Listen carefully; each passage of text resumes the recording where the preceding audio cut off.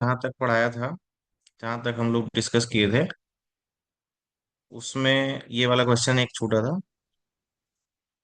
ये ऊपर ना, एक ये क्वेश्चन था। इसके बाद हम लोग कंटिन्यू करेंगे आगे वाले क्वेश्चंस जो इसमें ले रखा है यहाँ से। ठीक है। ये क्वेश्चन था। ये तो 2026 का क्वेश्चन है, सीसेट यूपीएससी का। इसको देखते हैं, इसके बाद हम लोग बाकी जो क्वेश्चन है 2026 के और 2025 के, ये क्वेश्चन हम आज डिस्कस कर लेंगे पूरा। 2025 के जो सी सेट के नंबर सिस्टम के संख्या पद्धति वाले क्वेश्चंस जो आए हुए हैं, वो हम आज डिस्कस करेंगे। उसके अलावा 2024 और उसके पहले के जो क्वेश्चंस हैं, उसका सॉल्यूशन मैं ग्रुप पे शेयर कर दूंगा, पीडीएफ। क्योंकि फिर एक एक क्वेश्चन कराने में बहुत टाइम लग जाएगा, नंबर सिस्टम की क्लास चलती रहेगी फिर तो ऐसे करते हैं कि 2024 और उसके पहले वाले जो क्वेश्चंस हैं उनका आंसर मैं डिटेल सॉल्यूशन में पीडीएफ शेयर कर दूंगा ग्रुप पे। वहां से आप लोग देख लेना, और जो क्वेश्चन नहीं आएगा, जो समझ में कोई कंफ्यूजन होगा, तो वो आप लोग पूछ लेंगे तो बता दिया जाएगा उसके लिए अलग से क्लास करके। ठीक है। चलिए ये क्वेश्चन देखते हैं। इसमें ये है कि एक्स वाई जेड तीन वेरिएबल्स हैं, यानी चार राशियां हैं। ठीक है। और कुछ इसमें कंडीशंस दी गई हैं। ऐसी हैं कंडीशंस कि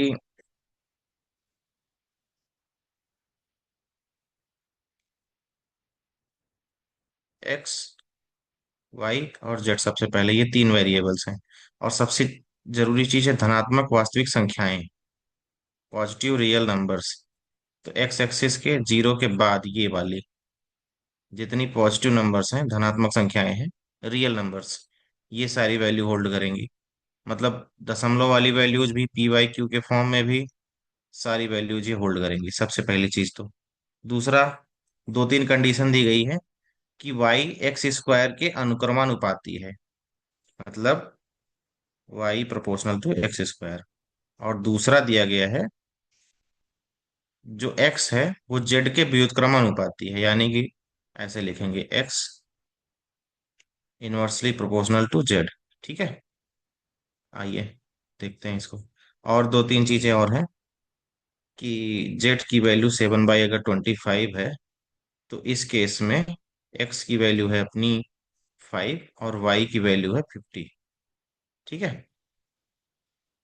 उसके बाद इन्होंने क्वेश्चन पूछा है कि अगर 98 हो वाई की वैल्यू, तो जेड की वैल्यू क्या होगी। सॉल्व करते हैं इसको। ठीक है। सबसे पहले हमें दिया गया है Y proportional to X square, और दूसरा दिया गया है एक्स प्रोपोर्शनल टू 1/जेड। ठीक है। इन दोनों में हम प्रोपोर्शनैलिटी का साइन जब हटाते हैं, प्रोपोर्शनैलिटी का मतलब है एक्स स्क्वायर में किसी कांस्टेंट का मल्टीप्लाई है, तब जाके वाई के इक्वल है। मतलब जैसे जैसे एक्स स्क्वायर चेंज होगा, वैसे वैसे वाई चेंज होगा। ठीक है। लेकिन कोई कांस्टेंट और मल्टीप्लाइड होगा, इसमें गुणा होगा किसी कांस्टेंट का। जैसे फॉर एग्जांपल मैं आपको एक बता दे रहा हूँ। मान लीजिए एक इक्वेशन है, अगर एक्स प्रोपोर्शनल टू वाई, इसका मतलब ये होता है कि वाई और एक्स एक दूसरे के अनुक्रम अनुपात में है। मतलब कि जैसे जैसे एक्स चेंज होगा, वैसे वैसे वाई बदलेगा, इसी के अकॉर्डिंग, वाई के अकॉर्डिंग। नंबर लाइन पे जब हम कोई चेंज ऐसे करेंगे, या मान लो एक्स और वाई में सेम रिलेशन होगा, तो कुछ ऐसी लाइन बनती है अगर एक्स इक्वल टू वाई है। ठीक है। या एक्स इक्वल टू 2 वाई है, तब भी ऐसे ही लाइन बनेगी, थोड़ी सी एंगल चेंज हो जाएगा इसका। ठीक है। इस तरीके से। तो ये अनुक्रम अनुपात का मतलब ऐसे ही होता है, इसमें किसी कांस्टेंट का मल्टीप्लाई हो सकता है। ठीक है ना, ये हमें पता नहीं है, तो हम एक सिंपल ले लेते हैं कि कोई कांस्टेंट k1 है। तो y equals to k1 X square, ये पहली इक्वेशन हो जाएगी। और दूसरा हम लोग ले लेते हैं, इसमें भी वैसे x इक्वल टू k2/जेड, मल्टीप्लाई में ही किया है k2। ठीक है, ये दूसरी इक्वेशन बन गई। ठीक है। ये दो इक्वेशन हमारी पहली दो कंडीशन से बन गई हैं। इसके बाद क्वेश्चन में दिया है कि z की वैल्यू जब 7/25 है, तो उस केस में x की वैल्यू 5 है और y की वैल्यू 50 है। इससे हमारे k1 और k2 के मान निकल जाएंगे। ठीक है। रखते हैं पहले इक्वेशन टू में, क्योंकि z का डायरेक्ट रिलेशन यहाँ पे हमें x से मिल रहा है।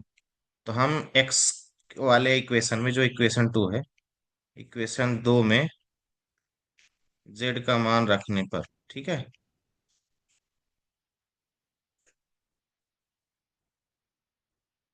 करते हैं इसको। x equal to k2/z। ठीक है। यहाँ पे वैल्यू रख देते हैं सारी। x की वैल्यू कितनी है? 5। z की वैल्यू 7/25 रहने पे ये इक्वल हो जाएगा k2/7/25। यहाँ से 25 ऊपर चला जाएगा, 25 k2/7। ठीक है।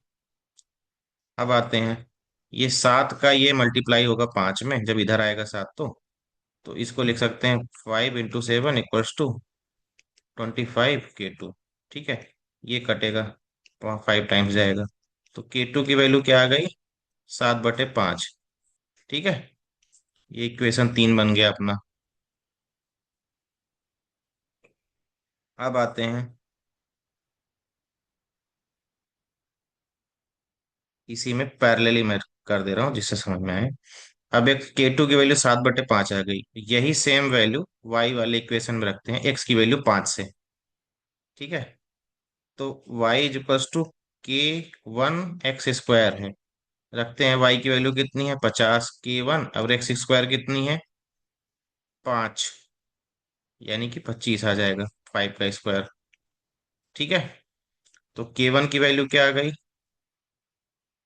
50/25, दूसरी साइड जाएगा 2, तो k1 की वैल्यू यहाँ पे 2 आ गई। ठीक है। Equation four. हमें k1 और k2 की वैल्यूज यहाँ से मिल गई हैं। ठीक है। अब जब k1 की k2 की वैल्यूज मिल गई हैं, दोबारा से इक्वेशन वन और टू अगर हम लिखेंगे तो कैसे हो जाएगा? y = k1 x² था, तो k1 की जगह हम 2 लिखेंगे और x² लिख देंगे। ये रीडिफाइंड इक्वेशन वन, तो 5 लिख ले रहे हैं। ठीक है। और x इक्वल टू क्या था? k2/z।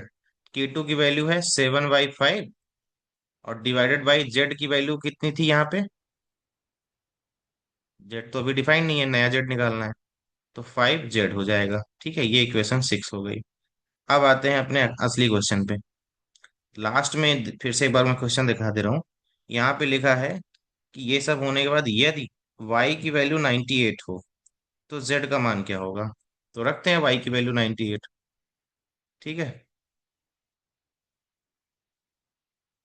y = 98 यहाँ पे रख देंगे। ठीक है। तो 98 = 2x²। तो x² की वैल्यू कितनी हो जाएगी? 98 ÷ 2, दैट इज 49। ठीक। तो यहाँ से x की वैल्यू हमें क्या मिल गई? x की वैल्यू हमारी मिलती तो है +-7, क्योंकि -7 का भी स्क्वायर करने पर 49 आता है। लेकिन लेकिन यहाँ पे लिखा है धनात्मक वास्तविक संख्याएं ये, तो धनात्मक है तो ऋणात्मक वैल्यू जो है ये नेगेटिव वाली, ये हम नहीं लेंगे। तो x, ये 7 - 7 के इक्वल नहीं हो सकता। तो उस केस में x की वैल्यू कितनी हो गई? पॉजिटिव का 7। ठीक है। x की वैल्यू निकल गई। हमें वैल्यू किसकी बतानी है? z की वैल्यू बतानी है। What is z equal to? तो यहां से निकालते हैं। ठीक है। आते हैं इक्वेशन सिक्स पे, ये वाला इक्वेशन। z की वैल्यू यहां से निकल आएगी, x और z में रिलेशन है इस इक्वेशन में, तो फिर से यहीं पे आ जाते हैं।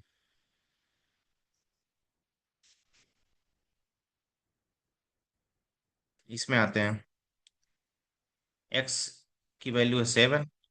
7 = 7 डिवाइडेड बाई 5z। ठीक है।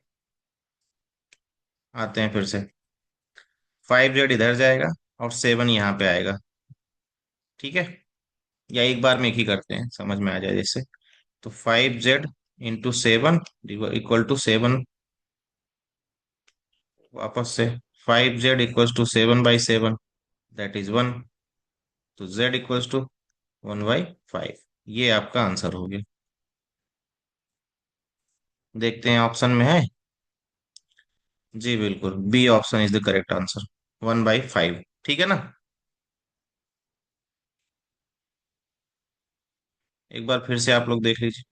आज के सेशन में जो क्वेश्चंस हैं थोड़े से लेंदी हैं, थोड़े से टफ हैं, तो थोड़ा फोकस रखना पड़ेगा, ठीक है ना। ये हो गया। अब नेक्स्ट क्वेश्चन पे चलते हैं हम लोग। ये सॉल्व्ड जो पीडीएफ है, ये फाइनली मैं एक बार फिर से सॉल्व हो जाने के बाद फिर से शेयर कर दूंगा, तो ग्रुप पे मिल जाएगा सॉल्यूशन के साथ में। ये 2026 से 25 के बीच में। आप लोग अगर नोट कर रहे हो तो नोट कर लीजिए, अदरवाइज लास्ट में आप लोगों को इस तरीके से सेम यही मिल जाएगा जो ये रिटर्न है। ठीक है, अब आते हैं इस पे। यहाँ तक कल हो गया था पिछली क्लास में। ठीक है, अब ये वाला क्वेश्चन हम लोग देखते हैं।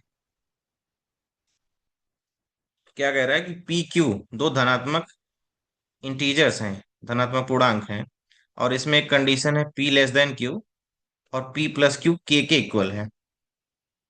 क्यू से छोटा रहेगा पी, और पी प्लस क्यू के इक्वल है। तो इन्होंने कहा है, पूछ रहे हैं कि के का वह सबसे छोटा मान क्या होगा, न्यूनतम मान, जो पी और क्यू को अद्वितीय रूप से यानी कि यूनिकली निर्धारित नहीं करता हो। क्वेश्चन में नहीं है, ठीक है। देखते हैं। सबसे पहले पॉजिटिव इंटीजर्स हैं, धनात्मक पूर्णांक हैं, तो पी और क्यू, इनकी वैल्यू क्या हो सकती है।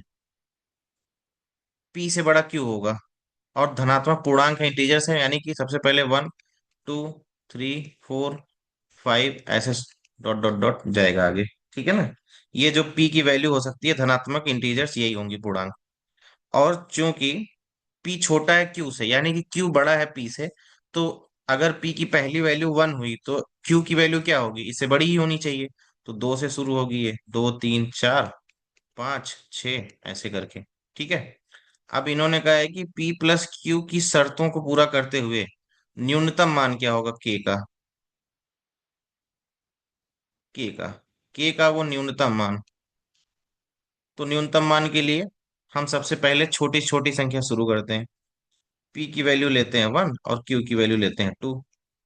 तो P प्लस क्यू आ जाएगा अपना 3। ठीक है।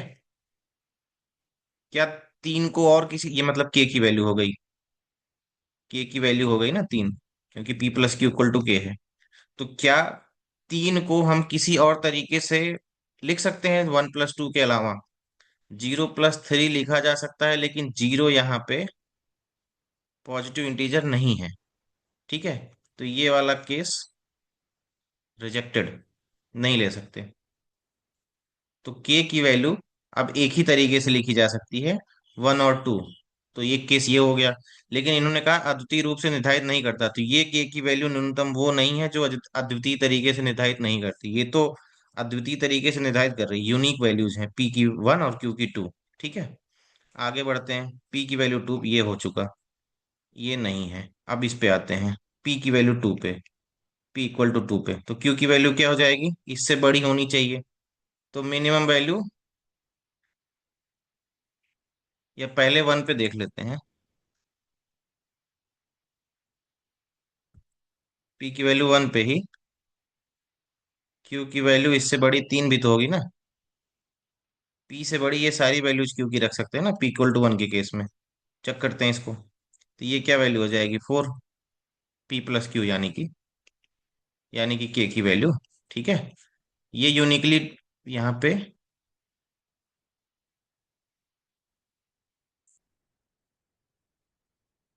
4। तो क्या पी की अलग अलग वैल्यूज, ये सॉरी 4 = 1 प्लस 3 लिख सकते हैं, और 2 + 2 लिख सकते हैं। ठीक है। ये तो यूनिक वैल्यूज नहीं है ना, पी और क्यू अलग अलग नहीं है, ये तो होगा ही नहीं। तो मेनली 1 + 3 हो सकती है, क्वेश्चन के अकॉर्डिंग ये हम नहीं ले सकते, 2 + 2 इक्वल नहीं है, यूनिक वैल्यूज होनी चाहिए। तो ये 4 1 + 3 ये तो डिफाइन कर रहा है ना अलग अलग, पी की वैल्यू 1 है, क्यू की वैल्यू 3 है। तो ये केस भी यहाँ पे 4 भी नहीं हो सकता। ठीक है। आते हैं P = 2 पे। सॉरी, वन पे ही, P equal to one, Q equals two, तीसरी वैल्यू लेते हैं, ये टू हो गया, थ्री हो गया, फोर लेते हैं, इससे बड़ी। तो वन प्लस फोर कितना हो जाएगा? फाइव। ये P plus Q equal to K case में के की वैल्यू फाइव आ गई है। तो के की वैल्यू फाइव के केस में क्या फाइव को अलग तरीके से लिखा जा सकता है? बिल्कुल लिखा जा सकता है। टू प्लस थ्री लिखा जा सकता है, इसमें भी पी और क्यू अलग अलग हैं, डिफरेंट हैं। तो पी और क्यू, इसको यूनिकली नहीं लिखा। ये K equal to five uniquely define नहीं करता है पी और क्यू को, क्योंकि के इक्वल टू फाइव में पी और क्यू दोनों की दो दो वैल्यूज हो सकती हैं, वन कॉमा टू और फोर कॉमा थ्री। वन और फोर का पेयर बनेगा और टू और थ्री का पेयर बनेगा। ठीक है, इस केस में नहीं हो सकते। तो पी की जो मिनिमम वैल्यू आई है, सॉरी के की जो न्यूनतम मान जो आया है के का, वो पांच है, जिसमें कि पी और क्यू अलग अलग दो वैल्यूज ले रहे हैं, मतलब यूनिक वैल्यूज नहीं है इनकी अद्वितीय। तो इसमें हमारा आंसर हो जाएगा सी, पांच। ठीक है ना? थोड़ा सा ऐसे ही है, ये डिस्क्रिप्टिव टाइप का है। आगे चलते हैं नेक्स्ट क्वेश्चन पे। इसको, अगला क्वेश्चन है, दो अंकों की संख्या ए बी सी डी का योग तीन अंकों की संख्या वन सी ई है। ठीक है, मतलब A B plus C D, ये मिल रहा है वन सी ई। वन सी ई का मतलब ये वन हंड्रेड समथिंग है। ठीक है ना? मतलब सौ से एक सौ निन्यानवे के बीच की कोई संख्या है ये। अब अगला लिखा गया है A B C D E अलग अलग अंक दर्शाते हैं, तो ए का मान क्या है, इनका पूछना है। ठीक है ना? ए का मान हम लोग निकालते हैं सीधी से। तो सबसे पहले देखते हैं ए बी और सी डी के लिए दो अंकों की संख्याएं हैं। दो अंकों की संख्या सौ के कुछ उसमें जा रही है, तीन डिजिट में। ठीक है, तो इसकी वैल्यू 199 मैक्सिमम अगर हम लोग सोचे, ये मैक्सिमम वैल्यू अगर हम लोग ले रहे हैं, इसकी वैल्यू 199, उस केस में A B plus C D क्या होना चाहिए? इसका मतलब यही हुआ, सबसे पहली चीज, जैसे दो दो अंकों की कोई संख्या हम लेते हैं, मान लीजिए 22 प्लस 44, ये कितने डिजिट में जाएगी? टू ही डिजिट में जा रही है। ठीक है ना? तीन डिजिट में जाने के लिए, तीन अंकों की संख्या बनने के लिए सबसे ज्यादा जरूरी क्या है कि इन दोनों का जो योग होगा, दहाई के अंकों का जो योग है, मतलब ए और बी, ए प्लस सी, यानी कि ये और ये दहाई के अंकों का जो योग है, उसमें कैरी आना चाहिए, यानी कि उनका सम 10 या 10 से बड़ा होना चाहिए। ठीक है ना? अगर 9 होगा तो ये दो ही अंकों की संख्या रह जाएगी। अगर इन दोनों का योग, जैसे कि 6 और 5 हुआ, मान लीजिए 60 और 57, ये ऐड किया हमने, तो सेवन और सिक्स प्लस फाइव, छः पाँच 11, तब जाके हुआ, मतलब इन दोनों का जो योग होगा वो 10 या 10 से ज्यादा होना चाहिए। उसी केस में ये तीन अंकों की संख्या बनेगी। तो मैं सिंपली ये कर दे रहा हूं कि ए प्लस सी जो होगा, इसमें कोई हमने कैरी ऐड किया वन, इससे ज्यादा तो कैरी होगा नहीं, क्योंकि अगर टू कैरी होगा, मिनिमम कैरी लेते हैं हम लोग, कैरी लिख लेते हैं। ये कितना होना चाहिए? ए प्लस सी प्लस कैरी, ये 10 और प्लस समथिंग होना चाहिए। ठीक है ना? फिर चलते हैं,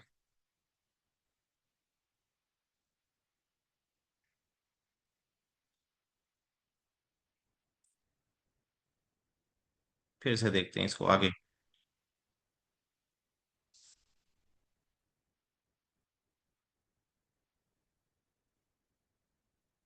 10वें स्थान पे जो संख्या आई है, सी आई है। ठीक है, अगर एक चीज और गौर से देखें हम, ये सी यहाँ पे भी है, और 10 प्लस सी, जो मतलब ये जो, ये दहाई के स्थान वाला, ये वाला जो संख्या है, ये मैं जो बोर्ड बता रहा हूँ, ये हंड्रेड प्लेस, और ये जो दहाई का स्थान है, इन दोनों का जो योग यहाँ पे देखिए, सी वापस से मिल रहा है। मतलब मैं एक बार ऐसे दिखा दे रहा हूँ आपको, समझने की कोशिश कीजिए। ए, बी और नीचे सी और डी, इसको ऐड कर रहे हैं।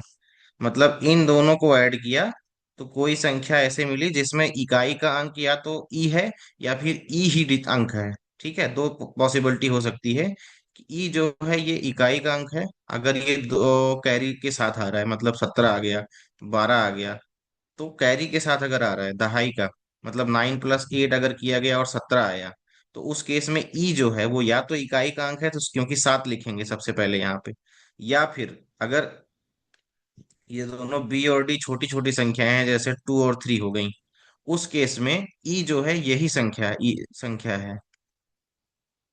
ठीक है, ये दो केस हो सकते हैं। इसके अलावा जब हम ए और सी ऐड करते हैं, और दूसरा यहाँ पे जो कैरी आया है, अब कैरी हम एक चीज और देखते हैं, सबसे पहले कैरी कितना मैक्सिमम आ सकता है। क्योंकि बी और डी ये डिजिट्स हैं, अंक हैं, सिंगल डिजिट के। इन अंकों को कैसे भी जोड़ेंगे, मैक्सिमम जो इनका महत्तम मान होगा, जो सबसे बड़ी वैल्यू होगी, वो 9 हो सकती है और दूसरी की 8 हो सकती है। अलग अलग है ना, डिस्टिंक्ट है, अलग अलग अंक दर्शाते हैं ना, ये लिखा गया है यहाँ पे क्वेश्चन में है। तो अलग अलग अंक दर्शाते हैं, तो 9 और 8 हो सकता है इनका जो मैक्सिमम मान होगा। ठीक है, इसमें जो वैल्यू आएगी 17 आ सकती है, तो मैक्सिमम वैल्यू 17 ही आएगी, B + D बराबर। ठीक है ना, उस केस में हम मैक्सिमम वैल्यू भी लेते हैं, तो ये 1 ही कैरी जाएगा। ठीक, तो यहाँ पे जो मैंने इक्वेशन लिखी है, A + C, A + C और +1, ये मैं अब इस पे आता हूँ। ये जो दूसरे वाले हैं, ये वाला, ठीक है, ये दहाई के अंकों को जो हम जोड़ेंगे, तो A + C, इसमें जो वैल्यू आएगी यूजिंग दिस कैरी, इसके साथ ये कुछ दहाई के अंक में जाएगा। मतलब A + C को जोड़ने पर 20 से ज्यादा तो आएगा नहीं, फिर से वही बात होगी कि A + C को ऐड करने पर मैक्सिमम 9 + 8 जा सकता है। अलग अलग होंगी, क्योंकि 9 + 9 लिख नहीं सकता हूं मैं, दोनों 9 के इक्वल नहीं हो सकती हैं। ए अगर 9 होगा तो सी को उससे अलग होना पड़ेगा, 1 से 8 तक कोई वैल्यू।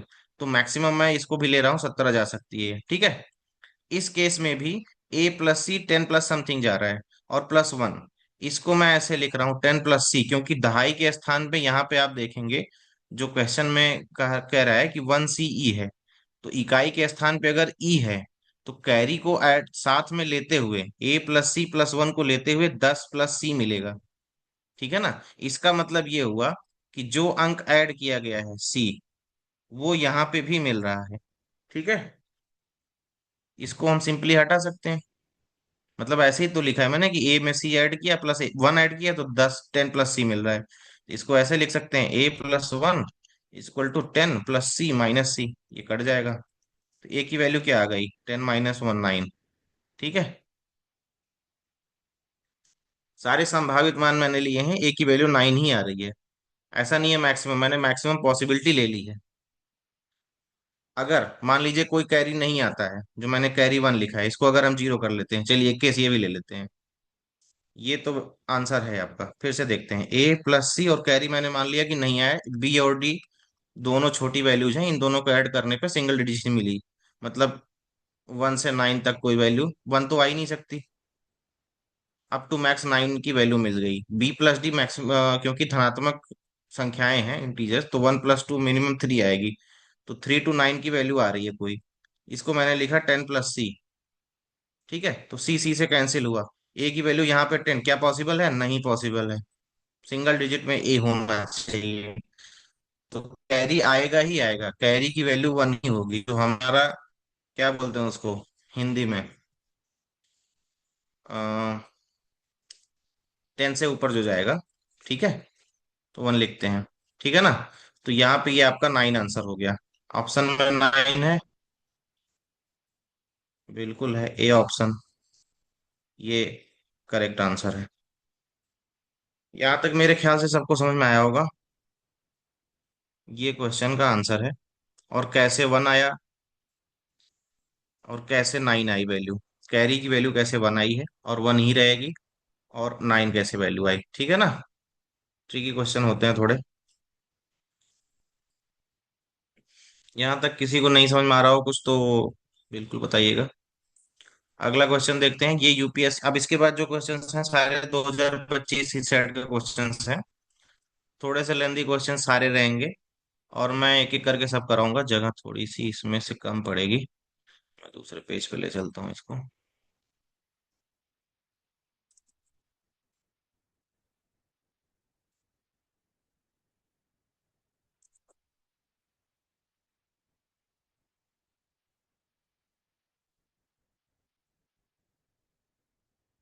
ठीक है,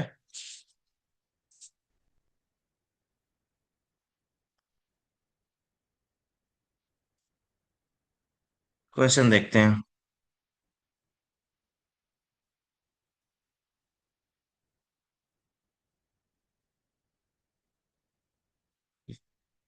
क्वेश्चन में दिया है n equals to P plus Q plus R. पहली तो ये इक्वेशन हो गई। इन्होंने ये भी कहा है कि जो पी क्यू एंड आर हैं, ये n के ही भिन्न गुणनखंड हैं। पहली बात तो एक वर्ड आ गया, भिन्न। बराबर नहीं हो सकते, अलग अलग होंगे। दूसरा ये आ गया, गुणनखंड ही हैं जिनको ऐड किया जा रहा है। गुणनखंड, पी क्यू आर अलग अलग ये गुणनखंड हैं। मतलब अगर n की वैल्यू 6 है, तो ये 1 2 3 को मल्टीप्लाई करके मिला है। ठीक है, तो ये तीनों हो सकते हैं, इनको ऐड किया गया हो, 1 + 2 + 3। ये तो एक एग्जाम्पल में ही आ गया, सेम है। तो इन्होंने ये कह रहे हैं कि 50 से कम कितनी संख्याओं में यह गुण गुण है, निकालते हैं। तो पी क्यू आर गुणनखंड होने के लिए पहली बात तो इनको पूर्णांक होने चाहिए, धनात्मक पूर्णांक वो भी। ठीक है ना, संख्याओं की बात की जा रही है। तो ये तो मैंने पहले ही ले लिया। सबसे छोटी संख्या जो पी क्यू आर हो सकती है वो होगी 1 2 3। ठीक है, तो 1 2 3 मैंने ले लिया सबसे पहले। ये इनको ऐड कर देते हैं। ये मिल गया हमें 6, तो पहला ये मिल गया। अगर ये 6 मिल गया है, तो ये पूरी तरह संभव है कि 6 के जितने भी आगे के गुणक होंगे, मल्टीपल्स, उन सब में ये लागू होगा। ठीक है,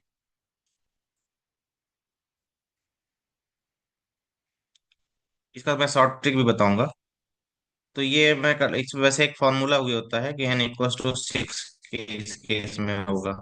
इसी तरीके से निकाला गया है, क्योंकि 6 ही सबसे छोटा जो मिल रहा है ना, ये 6 ही मिल रहा है। 1 2 3 पी क्यू आर की जो वैल्यूज हैं सबसे कम पे, तो इसके जो गुणक होंगे ये सीधे सीधे आ जाएंगे। 12, 6 × 2 = 12 निकालते हैं। तो 6 प्लस इसका गुणक 6 है, और बचा 6। 6 में कितना ऐड कर दें, 4, और 6 × 4 = 10, 2 ऐड कर देते हैं। 6 4 तीनों अलग अलग भिन्न भिन्न गुणक हैं। 2 भी 12 का गुणक है, 4 भी 12 का गुणक है, और 6 भी 12 का गुणक है। अलग अलग भिन्न भिन्न। तो ये फॉर्मूला इस पे अप्लाई हो रहा है। 6 के जितने गुणक होंगे सब आ जाएंगे। तो इसमें के की कितनी वैल्यूज होंगी, इसको निकालने के लिए हम सिंपली ये कर देंगे, n/6। जितनी डिवाइड हो रहा है उतने बार जाएगा ये, उतने गुणक में। और मान लेते हैं कि दशमलव में वैल्यू आ रही है, तो जो उसके पहले का इंटीजर होगा वो ले लेंगे हम। तो एक ये होता है कि फ्लोर वैल्यू निकालते हैं जो इंटीजर है उसकी। तो ये क्या हो जाएगा, 50/6 कितना आ जाएगा, इसके नियरेस्ट कितना डिवाइड करने पे, 6 × 8 = 48। 8 बार जाएगा, तो 8 ऐसे डिफरेंट वैल्यूज हैं, वो दिखा दे रहा हूँ मैं। 12 जाएगा, 12 के बाद 6 × 2 हुआ था 18। अच्छा, 24, 6 × 5 = 30, 36, और 42, 48। 50 से कम ये हैं। देखते हैं, ये हो जाएगा 9। हाफ कर दो सबसे पहले।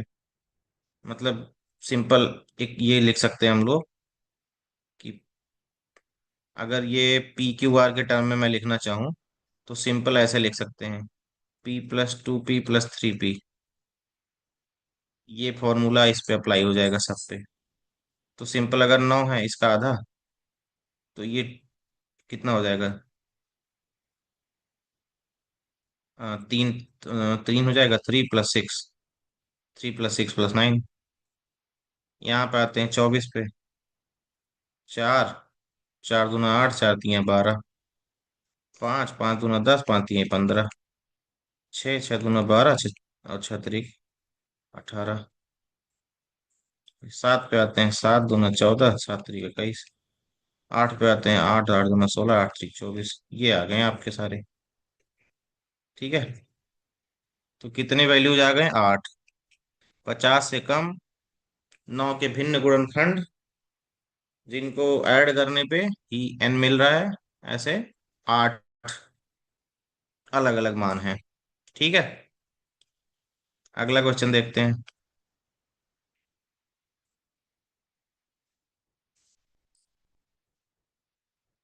तीन अभाज्य संख्याएं पी क्यू आर 20 से कम है सारी। P less than 20, Q less than 20, R less than 20, ये तीन कंडीशन हो गई। इस प्रकार है कि P minus Q equal to Q minus R. अगर इंटर किसी, तो सब लोग अर्थमेटिक प्रोग्रेशन यानी कि समांतर श्रेणी पढ़े होंगे। ये उसी का क्वेश्चन है। ये फॉर्मूला वही होता है, ये कॉमन डिफरेंस इसको बोलते हैं, डी। है ना? कि पी क्यू आर अगर एपी में है तो दोनों का डिफरेंस इन दोनों के डिफरेंस के इक्वल होगा। पी माइनस क्यू का डिप ये, और क्यू माइनस आर, ये दोनों इक्वल होंगे। वैसे एग्जैक्ट ये नहीं होता, Q minus P equals to R minus. वैसे ये भी सही है, डिवाइड माइनस कर दो सेम हो जाएगा। ठीक है, वही है एपी। ठीक है ना? तो हम आते हैं क्वेश्चन पे। क्वेश्चन में कह रहा है ये है, अब पी क्यू आर के कितने भिन्न संभव मान होंगे। भिन्न बोल रहा है, अलग अलग। तो इस पे आते हैं हम लोग, निकालते हैं। ठीक है, जगह बना के।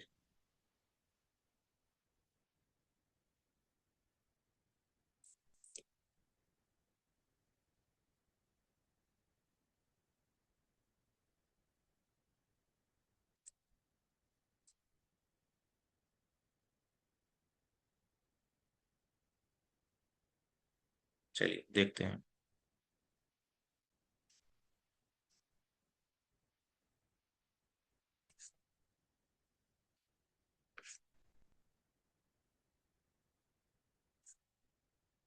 20 से कम, छोटी छोटी वैल्यू स्टार्ट करते हैं।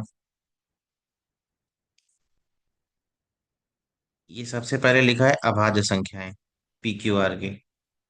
तो अभाज्य पी क्यू आर, छोटी से छोटी अभाज्य संख्या कितनी होगी? दो। 20 से कम कितनी अभाज्य संख्याएं ऐसी हैं? दो, तीन, पाँच, सात, 11, 13, 17 और 19। बस इतनी ही अभाज्य संख्याएं हैं जो 20 से कम है। मतलब पी क्यू आर की जो वैल्यूज होंगी, जो मान होंगे, वो इन्हीं में से हो सकते हैं। ठीक है। सबसे छोटी अगर संख्या लेते हैं दो, तो एक चीज ये है P minus Q equals to Q minus R. मतलब कि, या इसको ऐसे भी लिख सकते हैं, माइनस से डिवाइड करके, मल्टीप्लाई करके, Q minus P equals to R minus Q. इसका मतलब ये है कि दो दो के डिफरेंस, मतलब जो इनके बीच का डिफरेंस होना चाहिए पी क्यू आर का, वो सेम होना चाहिए। तो मैं अगर दो ले रहा हूं, तो इसमें देखते हैं अगली संख्या। तीन है, इन दोनों के बीच कितना डिफरेंस है? वन का। अगली संख्या क्या वन के डिफरेंस पे मिल सकती है तीन से? नहीं मिल सकती। थ्री प्लस वन फोर होगा, तो इसको छोड़ते हैं। अगला आते हैं पांच पे, टू कॉमा फाइव। क्यू, अगर क्यू की वैल्यू फाइव है तो क्या, अगर पी की वैल्यू टू है तो क्यू की वैल्यू कितनी हो सकती है? इस पे हम लोग देख रहे हैं। तो क्या क्यू की वैल्यू फाइव हो सकती है? बिल्कुल। दो और पांच के बीच में तीन का डिफरेंस है।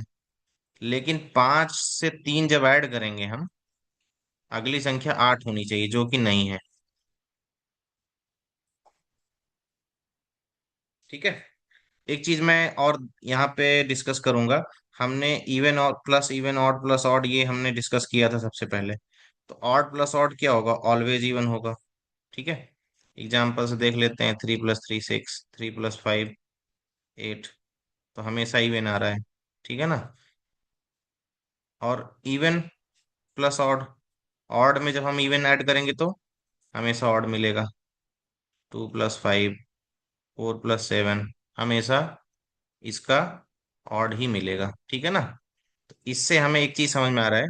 अगर ऑड प्लस ऑड ऐड हो रहा है तो इवन मिल जाएगा, जो कि अभाज्य नहीं हो सकता इवन।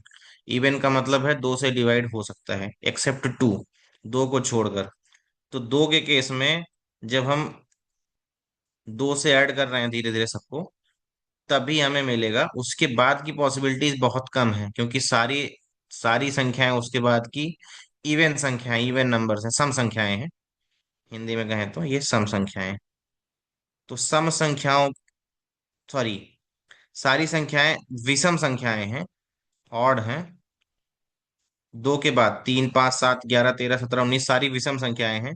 तो किसी भी विषम संख्या को विषम संख्या के डिफरेंस, मतलब दो का डिफरेंस अगर हम ले रहे हैं, ध्यान देंगे ये, तो दो के डिफरेंस में अगला जो होगा वो विषम संख्या मिल सकता है जब हम विषम संख्या में ऐड करेंगे। लेकिन जैसे कि 3 और 4 के बीच में, तीन, अगर इनके गैप का जो डिफरेंस आएगा, इनके बीच का, दो संख्याओं के बीच का, अगर वो विषम संख्या आती है, तो अगली संख्या हमें सम संख्या मिलेगी। करके देखते हैं सबसे पहले। तो 2, 5 के केस में 8 आया, इसको नहीं ले सकते हैं। फिर से देखते हैं, दो के बाद अगला कौन सा है, 7 है, पी की वैल्यू ये 7। कितना डिफरेंस आया, 5 का। तो 7, 5, 11, बिल्कुल ले सकते हैं। ठीक है। अगला ले देखते हैं। अगर पी की वैल्यू 2 है और क्यू की वैल्यू हम 7 के बाद क्या ले सकते हैं, 11। तो कितना डिफरेंस है इनके बीच में, 9 का।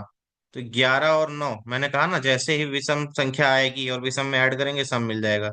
20 नहीं, 20 नहीं ले सकते। अगली संख्या है 2 के बाद 13। पी की वैल्यू 2 के लिए हम लोग देख रहे हैं सारा। 2 और 13 के बीच में 9 का डिफरेंस है। लेकिन 13 में जैसे ही हम 9 ऐड करेंगे तो 21 मिलेगा, सॉरी 22 मिलेगा। ठीक है, 20 से ज्यादा भी जा रहा है और सम संख्या भी मिल रही है, नहीं हो सकती। इसके बाद हम 17 ले ही नहीं सकते, क्योंकि गैप बहुत ज्यादा हो जाएगा। ठीक है। आते हैं, इसमें से हमें एक मिला सबसे पहले, तो लिखते हैं P = 2 के केस में 1 पॉसिबल कॉम्बिनेशन मिला, संभव मान। ठीक है। अब P = 3 के केस में आते हैं। जब P की वैल्यू 3 है तो Q और R की क्या वैल्यू होगी। ठीक है। अब आते हैं, संभव मान कितने हो सकते हैं Q R के। तो 3, 5, 7, 9, 11, 9, 9 नहीं होगा, 9 कैसे लिख दिया, 7, 11, 13, 17 और 19। ठीक है। चलिए देखते हैं, P की वैल्यू 3 है तो Q की वैल्यू सबसे पहले, और R की वैल्यू 3 तो हो ही नहीं सकती, क्रॉस लगा देते हैं इस पे। भिन्न होंगे मान। ठीक है। भिन्न संभव मान पूछ रहा है ना, तो 3 पे क्रॉस लगाते हैं सबसे पहले। Q की वैल्यू 2 हो सकती है, बिल्कुल हो सकती है।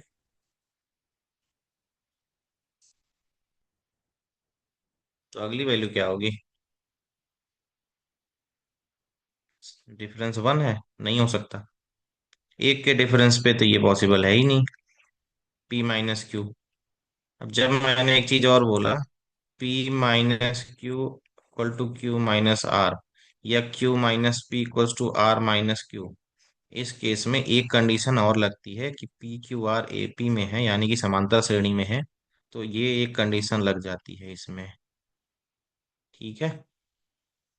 इस केस में भी ये नहीं होगा। अगला क्या मान हो सकता है, 5। 3 और 5 के बीच में 2 का डिफरेंस है, R की वैल्यू 7 हो सकती है, बिल्कुल। एक यहां से भी मिल गया। और चलिए Q की वैल्यू 7 रखते हैं। तो 3 और 7 के बीच में 4 का डिफरेंस है, तो 7 और 4 कितना होगा, 11। मिल गया, सही है, अभाज्य संख्या ही है। ठीक है।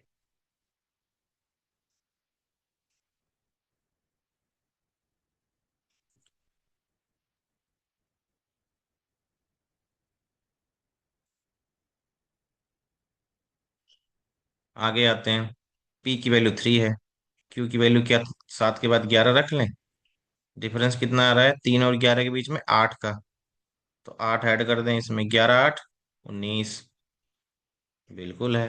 R की वैल्यू पॉसिबल है इसमें। ठीक है।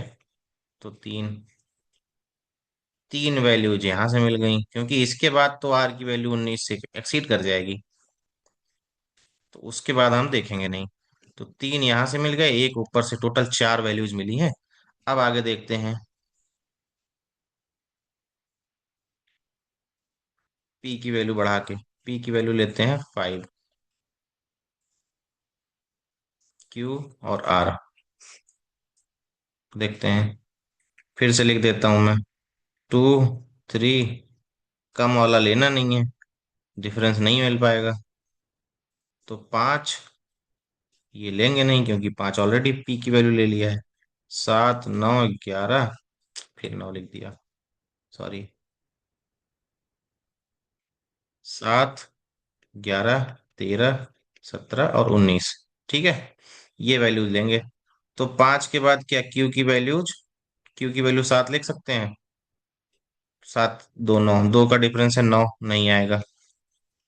आर यहाँ पे 9 मिल रहा है, जो कि अभाज्य नहीं है, ठीक है। अगली वैल्यू लेते हैं 11। कितना डिफरेंस है, 6 का। 11, 6, 17, बिल्कुल सही बात है, वैल्यू ले सकते हैं। अगला कौन सा है, 13, ठीक है। तो क्यू की वैल्यू 13 लेने पर, पी के और क्यू के बीच में 8 का डिफरेंस है। तो 13, 8, 21 एक्सीड कर गया, लेस देन 20 होना चाहिए, नहीं है, नहीं ले सकते। इसके बाद जितनी भी वैल्यूज आएंगी, वो आर की वैल्यू इससे बड़ी होगी। तो यहां से सिर्फ एक मिला। तो अभी तक कितने मिल गए, ऊपर तीन, उसके ऊपर एक, और ये अभी वाले में एक, टोटल 5 मिल गए, ठीक है। क्वेश्चन में क्या बोल रहा है, 6 से अधिक, और चेक करते हैं फिर। पी की वैल्यू लेते हैं 5 के बाद 7, क्यू और आर। अब संभावित कितने हैं, 11, 13, 17 और 19,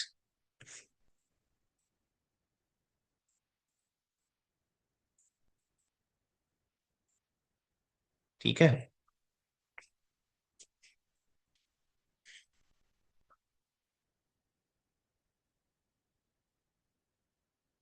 पहले वाले में एक मिला था, 2, 7, 11, 5, 7, सॉरी, ये भी नहीं मिलेगा। दो के केस में, दो के केस में ये मिलेगा ही नहीं, ये बीच में 12 आ जाएगा, ये क्रॉस, ये गलत है। तो अभी फिर चार ही मिले हैं, तीन यहाँ पे, और ये जीरो है, चार। टोटल चार केस ही मिले हैं अभी, ठीक है। पी इक्वल टू 7 के केस में 11 लेते हैं। कितने का गैप है, 4 का। 11, 4, 15, नहीं है। 13 लेते हैं, 6 का गैप है। 6 के गैप पे 19, 7, 6, 13, और 13, 6, 19, ठीक है। एक ये मिल गया,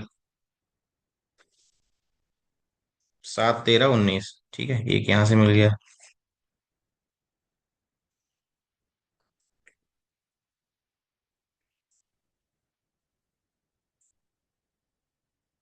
ठीक है। आप लिख लेते हैं सारे संभावित मान कौन कौन से हैं, अभी फिर देख लेते हैं ये। मतलब 1, 2, 3 इसमें, एक इसमें, और एक अभी इसमें मिला है। 19 के बाद आर की वैल्यू एक्सीड कर जाएगी, इसको नहीं लेंगे। पी की वैल्यू लेते हैं 7 के बाद 11। तो क्यू और आर, इनकी वैल्यू क्या होगी। 13 पे तो हो ही नहीं सकता, क्योंकि 13 के बाद 15 है नहीं, ठीक है। 17 के केस में 4 का डिफरेंस है, 17, 4, 21, एक्सीड कर जाएगा, नहीं होगा। फिर आते हैं क्यू की वैल्यू 13 पे, पी की वैल्यू, सॉरी, पी इक्वल्स टू 13 पे आते हैं। तो 17 और 19, दो ऑप्शन बचते हैं। यहाँ पे क्यू की वैल्यू 17 हम अगर लेंगे, तो 13 और 4 का डिफरेंस है, 17, 4, 21 हो जाएगा, नहीं होगा, ठीक है। उसके बाद दो ही वैल्यूज बचती हैं, 17 और 19। तो पी क्यू आर तीन वैल्यू इसमें हो ही नहीं सकती, तो बस इतने ही वैल्यूज हमारे पॉसिबल हैं। अब सारे कॉम्बिनेशन लिख लेते हैं सबसे पहले, क्योंकि क्वेश्चन में जो पूछा है कि P plus Q plus R के कितने भिन्न संभव मान मिल सकते हैं। तो पी क्यू आर की सबसे पहली जो हमें मिली है, ये है 2, 5, 7। लिखते हैं, एक बार लिख लेते हैं सब। 2, 5, 7 पी क्यू आर, ठीक है। दूसरा कौन सा मिला है, 7 11 और 11 19 दो के साथ। 7 11 2 और 2 11 19। ठीक है।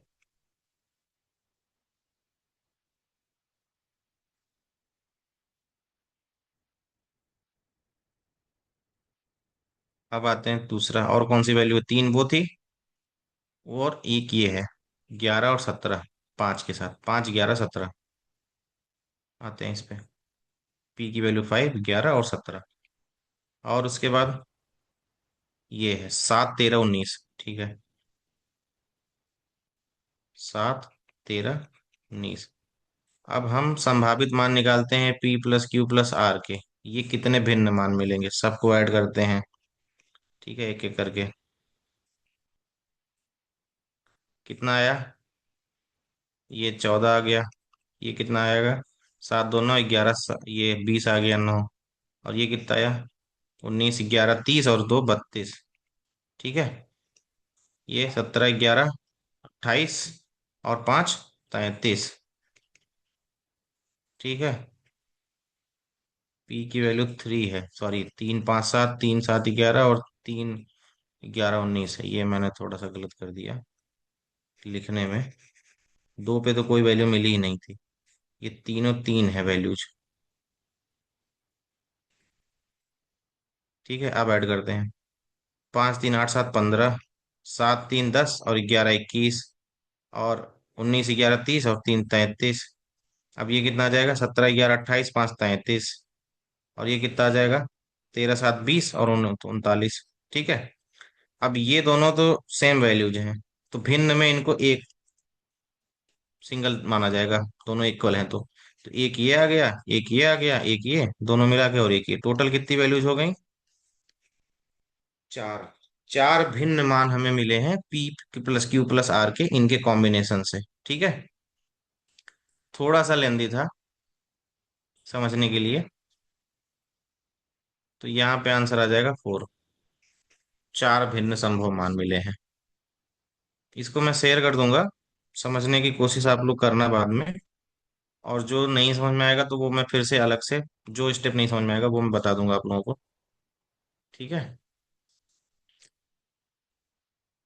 आगे आते हैं अगले क्वेश्चन पे। तो यहाँ पे हमें क्या मिल गया? 4 इसका आंसर करेक्ट। ठीक है। अगला क्वेश्चन है, ये भी थोड़ा लंबी है। नहीं, ये तो आसान है। इसमें कहा है इन्होंने कि how many possible values of P plus Q plus R के, कितने ऐसे मान हैं जो संभव हैं 1 प्लस आर।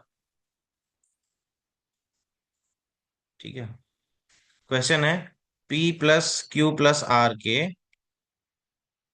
कितने संभव मान हैं जो 1/p 1/q 1/r = 1 को संतुष्ट करते हैं, जहां पी क्यू आर धन पूर्णांक संख्याएं हैं। पी क्यू आर धन पूर्णांक संख्याएं। ठीक है। इंग्लिश मीडियम वालों के लिए इनको बोलते हैं पॉजिटिव इंटीजर्स। ठीक है।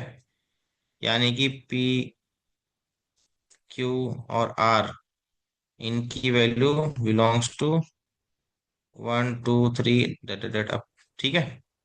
और एक चीज और बोला है, उनका भिन्न होना आवश्यक नहीं है, वैल्यू सेम भी हो सकती है। चलिए, सबसे पहले तो हम इसी पे करते हैं, संतुष्ट जो कर रही हैं जिसको, जिस इक्वेशन को, 1/p + 1/q + 1/r = 1।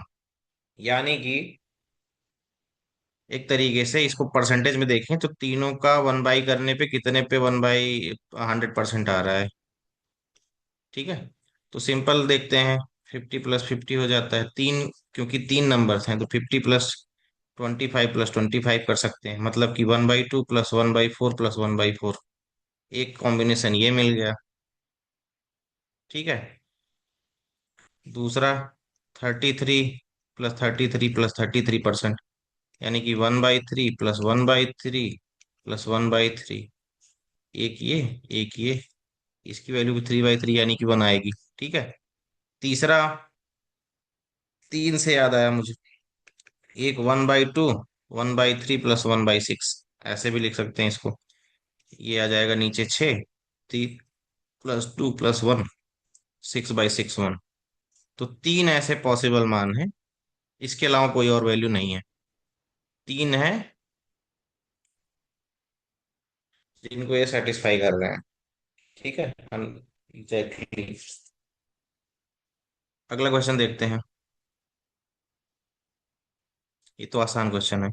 1 × 3 × 5 × 7 × 9, और ये 999 तक के गुणन में इकाई का अंक क्या है? ठीक है। एक जनरल कौन मैं चीज बता रहा हूँ, इसको पकड़ते हैं, 5 को। 5 में किसी भी इवन नंबर, यानी कि सम संख्या का अगर गुणा होगा तो इकाई का अंक 0 आएगा, उसके बाद चाहे जो आए। 5 में किसी भी ऑड नंबर, यानी कि विषम संख्या का गुणन गुणा होगा तो इकाई का अंक 5 आएगा, उसके पहले चाहे जो हो। जैसे कि फॉर एग्जाम्पल, 5 × 2 10, 5 × 4 20, 5 अब दो से ऐसे मल्टीप्लाई करते जाएंगे 6, 30, ऐसे बढ़ता जाएगा एंड सो ऑन। ठीक है।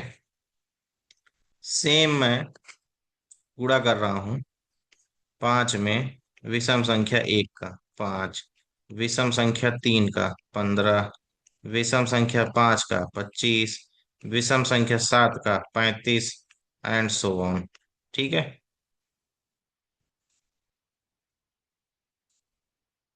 ठीक है ना। तो यहाँ पे हमारे पास ऑप्शन है,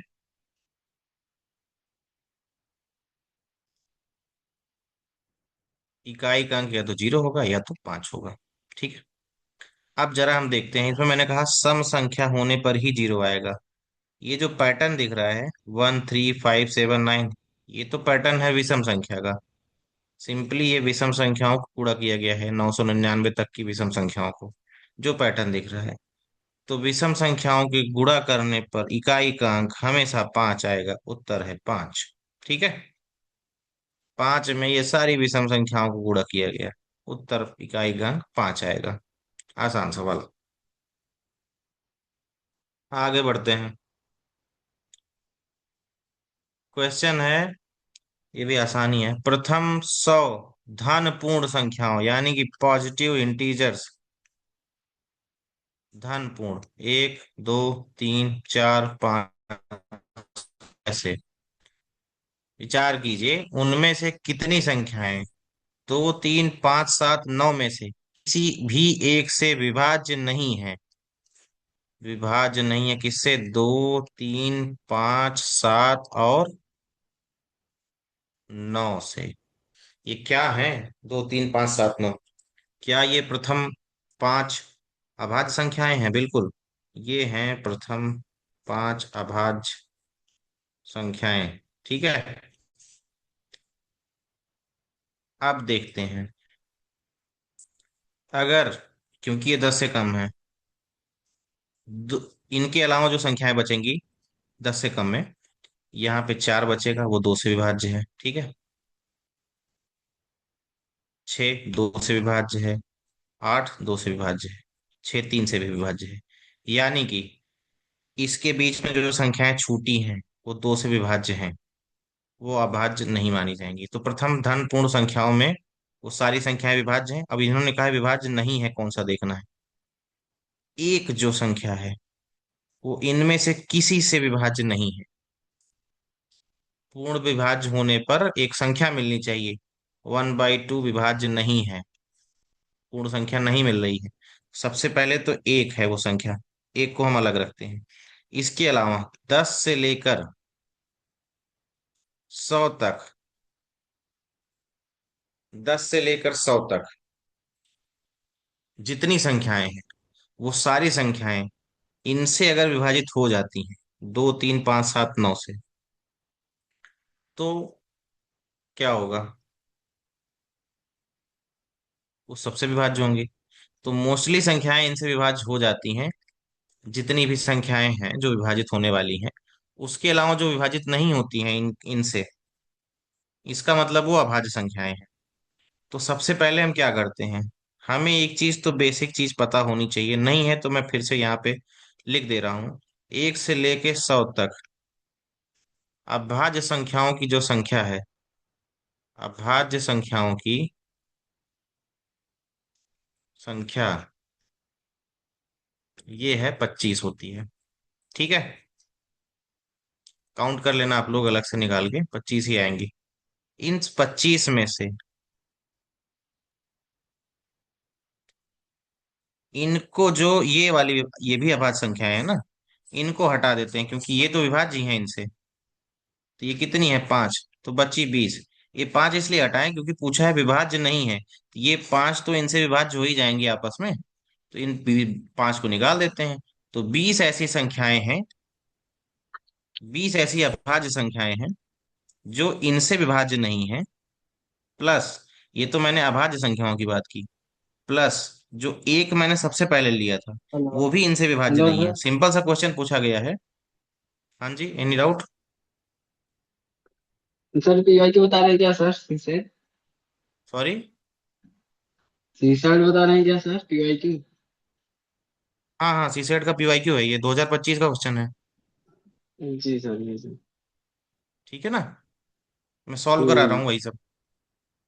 तो हाँ, मैं ये बता रहा था कि 25 अभाज्य संख्याओं में से ये 5 हम हटा देंगे, और जो सबसे पहली संख्या है 1, इन्होंने लिखा है ना प्रथम 100 धन पूर्ण संख्याओं पर विचार कीजिए। तो पहली जो धन पूर्ण संख्या है 1, उसको भी ऐड करेंगे क्योंकि वो भी इनसे विभाज्य नहीं है। ठीक है ना, दशमलव में अंक मिलेंगे, टोटल हमें 21 ऐसी संख्याएं मिली हैं जो विभाज्य नहीं होंगी इनसे। तो 21 इसका सही करेक्ट आंसर है। हाँ, मैंने ये लिख दिया है कैसे 25 आएंगी। 1 से 20 तक ये हैं, इसका स्क्रीनशॉट आप ले सकते हैं, स्क्रीनशॉट लेना हो तो, बाकी मैं दूंगा बाद में, है ना।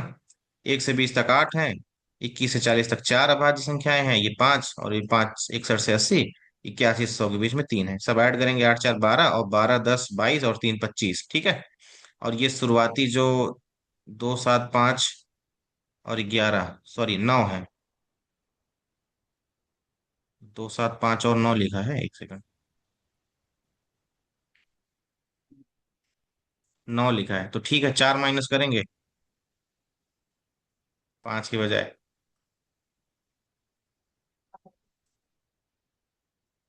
ठीक है, ये चेंज होगा थोड़ा सा आंसर इसका। इसमें से 4 माइनस होगा, मिलेगा 22, और प्लस 1। ठीक है, जो पहली संख्या थी। तो टोटल 23 ऐसी संख्याएं होंगी जो विभाज्य नहीं होंगी। ठीक है, क्योंकि 9 अभाज्य नहीं है, तो 7 और 9 लिखा है, 9 3 से विभाजित होती है। ठीक है ना। तो प्रथम 4 अभाज्य संख्याएं माइनस होंगी, 9 माइनस करेंगे 22, और प्लस 1 जो सिंगल वन आई थी। 23 ऐसी संख्याएं हैं जो इनसे विभाज्य नहीं होंगी। ठीक है ना, आगे बढ़ते हैं अगले क्वेश्चन पे। टाइम तो है, मैं जल्दी जल्दी करा देता हूँ, आज ये क्वेश्चन खत्म हो जाएंगे, 3 4 हैं। ये थोड़ा सा लेंदी क्वेश्चन है, आसान है, लेकिन मैं ये करा दे रहा हूँ। ठीक है, इसमें कहा गया सर है, हाँ जी, बोलिए। कह रहे हैं सर कि सी सेट की तैयारी कैसे करें सर? पहले वही पीवाई क्यू करवा रहा देखे हूँ। इसका। नहीं नहीं, आप, मुझे लग रहा है पहली क्लास ज्वाइन कर रहे हैं आप। नहीं नहीं। मैंने स्टार्टिंग में आपको क्वेश्चन बताए थे, अगर आपको बेसिक बिल्कुल नहीं आता तो सबसे पहले आपको बेसिक देखना पड़ेगा, जो कि बेसिक का मतलब है हाई स्कूल तक की जो मैथ है ना, एक बार आप गो थ्रू हो मैं जाएंगे क्योंकि उससे। नॉर्मल बैकग्राउंड से थे ना, इसीलिए सर। क्या? ह्यूमैनिटीज बैकग्राउंड से थे ना सर। ह्यूमैनिटी ग्राउंड से, ह्यूमैनिटीज से हैं, तो नाइन्थ और हाँ 10th में आप तो बेसिक इन मैथ्स पढ़े होंगे, क्या बोलते हैं, सामान्य गणित, है ना। हाँ हाँ हाँ सर, हाई कोचिंग स्कूल लेकिन तक नहीं तो, किए थे सर। हाँ, तो आपको उसका रिवीजन करना होगा, और जहां भी आपको समझ में नहीं आ रहा है एकदम बेसिक से भी मैं आपको बता दूंगा, ठीक है ना। और सर ये कहाँ से जितने बताया क्वेश्चन सर? अभी, सॉरी, सर कहाँ से पढ़े हैं बेसिक सर?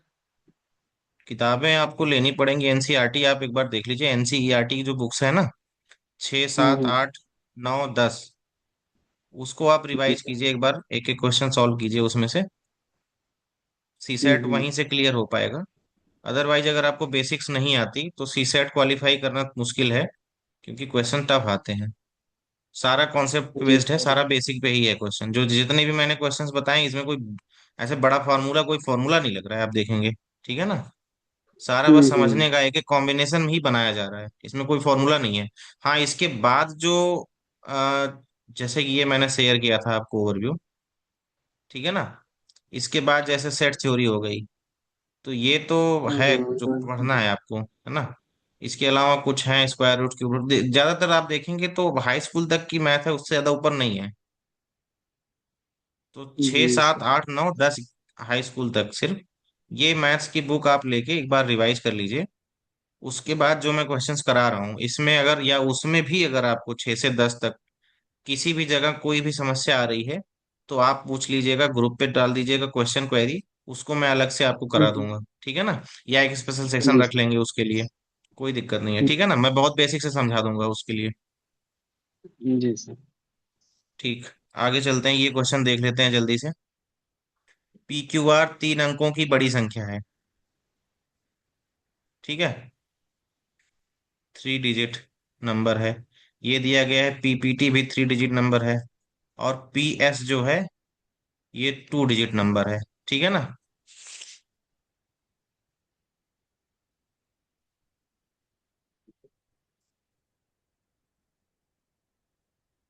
सिंपल है। यही क्वेश्चन था, एक बार चेक करते हैं कोई छूटा तो नहीं है।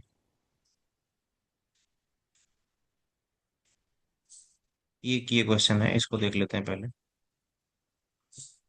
पी और के दोनों अभाज्य संख्याएं हैं। इस प्रकार की पी स्क्वायर के भी एक अभाज्य संख्या है जो 30 से कम है। आप सबसे पहले तो 30 से कम अभाज्य संख्याएं लिख लेते हैं फटाफट। 2, 3, 5, 7, 11, 13, 17, 19, 23 और 27। सॉरी, 27 नहीं, 29। ठीक है, ये है 30 से कम, लेस देन 30 अभाज्य संख्याएं। ठीक है ना? अब इसमें है कि पी स्क्वायर के 30 से कम होना चाहिए। पी स्क्वायर प्लस के 30 से, सबसे छोटी संख्या निकालते हैं सबसे पहले तो पी स्क्वायर के न्यूनतम मान के लिए छोटी छोटी से बड़ी तक जाएंगे। तो पी सबसे छोटा लेते हैं सबसे पहले, 2। पी इक्वल्स टू 2 के लिए पी स्क्वायर प्लस के का मान क्या होगा? सॉरी, पी स्क्वायर प्लस के यहाँ लिख लेता हूँ। इसका मान क्या होगा?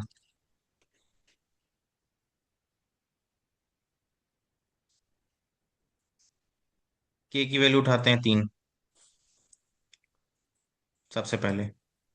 तो के की वैल्यू अगर 3 है, तो पी स्क्वायर प्लस यानी कि 4 और +3 7 आ जाएगा। के इक्वल्स टू 5 लेते हैं। ये भी अभाज्य जाना चाहिए, तो अभाज्य आया है। ठीक है, आगे देखते हैं। के की वैल्यू 5 लेने पे 4 + 5 9 अभाज्य नहीं है। के की वैल्यू 7 लेने पे 4 + 7 11 अभाज्य है। के की वैल्यू 11 लेने पर 4 + 11 15 अभाज्य नहीं है। 13 लेने पर 4 + 13 17 अभाज्य है। 17 लेने पर 21 आएगा।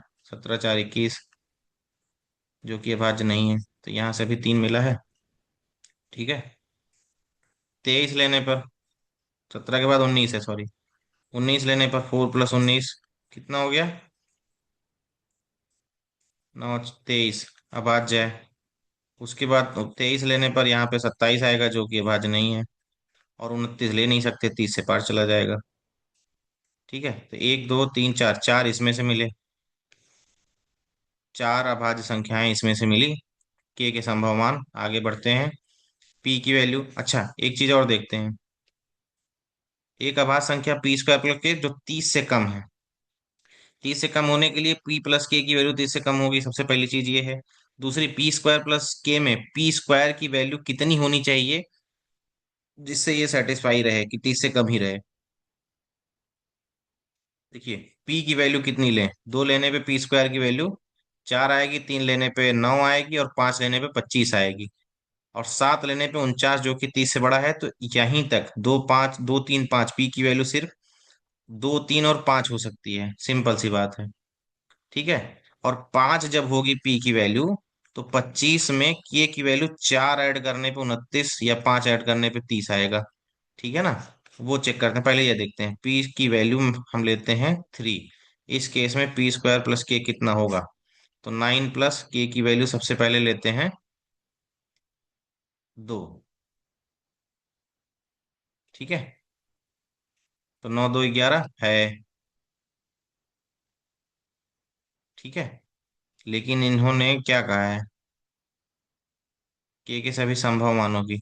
तो भिन्न भिन्न संभव मान देखेंगे, ऑलरेडी 11 तो यहाँ पे इंक्लूडेड है, तो इसको नहीं माना जाएगा ना। यहाँ पे तो 11 है, पी स्क्वायर प्लस के इक्वल्स टू 2 के बाद 3, तो 9, 3 नहीं ले सकते, पी की वैल्यू 3 है ऑलरेडी। ठीक है। और वैसे भी 9 3 12 वो होगा भी नहीं। 5 लेते हैं तो 9 + 5, 9 5 14, अभाज्य नहीं है। के की वैल्यू 7 लेते हैं, 9 7 16, नहीं, अभाज्य नहीं है। के की वैल्यू लेते हैं 11, तो 9 + 11 20, नहीं। के की वैल्यू लेते हैं 13, 9 + 13 22, नहीं। के की वैल्यू लेते हैं 17, 9 + 17 26, नहीं। अब इसके बाद देखिए 9, मैंने बोला नहीं था odd plus odd always even, तो ये हमेशा इवन आएगा।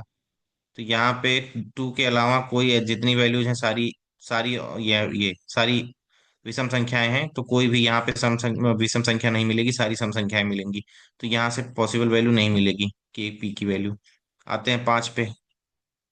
पी इक्वल्स टू 5, तो पी स्क्वायर प्लस के कितना हो जाएगा? 25 प्लस के की वैल्यू लेते हैं सबसे पहले 2, 4, तो 25 4 29। ठीक है। है 29 है, सही है। ठीक है ना? एक वैल्यू मिल गई यहाँ से। अब इसके बाद के की वैल्यू जो भी रखेंगे, 3 रखेंगे तो, सॉरी, 25 + 2 27, ये नहीं है। 25 + 3 के की वैल्यू 28, ये भी नहीं है। अब के की वैल्यू 5 लेते हैं, 25 + 5 30, सारी ये भी सम वो लेंगे हम लोग, अभाज्य संख्याएं के की। अब इसके बाद जो भी संख्या लेंगे वो बड़ी आएगी। और ये पहली बात तो 25 जो है, ये विषम संख्या है, तो विषम में विषम ऐड करेंगे हमेशा सम संख्या मिलेगी इसके बाद। तो है ही नहीं, अब इसके आगे वैल्यू ले नहीं सकते। तो हमें कितनी वैल्यूज मिल गई टोटल? 4, जो स्टार्टिंग में मिली थी। तो यहाँ पे क्या है? संभव मानों की संख्या 4, उत्तर आ गया। ठीक है। अब आते हैं आपके इस वाले क्वेश्चन पे। ये मैं दो तीन क्वेश्चन और फटाफट करा के मैं सेशन आज ये वाला कंप्लीट कर देता हूँ। इसके बाद मैं 24 से वो जितने आगे वाले हैं वो मैं करा दूंगा, उसके आंसर दे दूंगा, जिससे कि ये दोबारा ना हो। ठीक है ना? आ जाते हैं इस पे।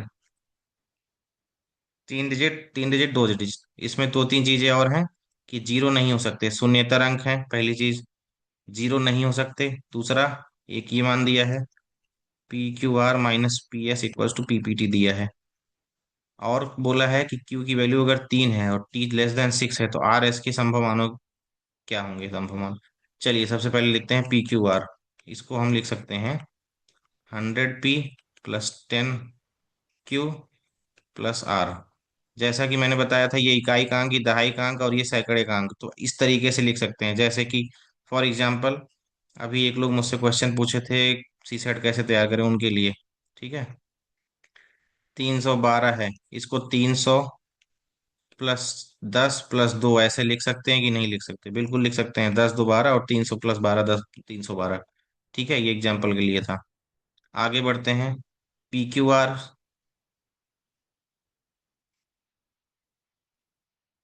PPT भी है ना? PPT को हम भी ऐसे लिख सकते हैं, PPT, इसको भी लिख सकते हैं 100P + 10P और +T। ठीक है। ये हो जाएगा 110p+t। ये इक्वेशन वन। ये इक्वेशन टू आ गई। दूसरा है PS। PS दो अंकों की संख्या है तीसरा। तो 10p+s, ये तीसरी हो गई। ठीक है। क्वेश्चन में बोल रहा है कि PQR-PS, PQR-PS equals to PPT। चलिए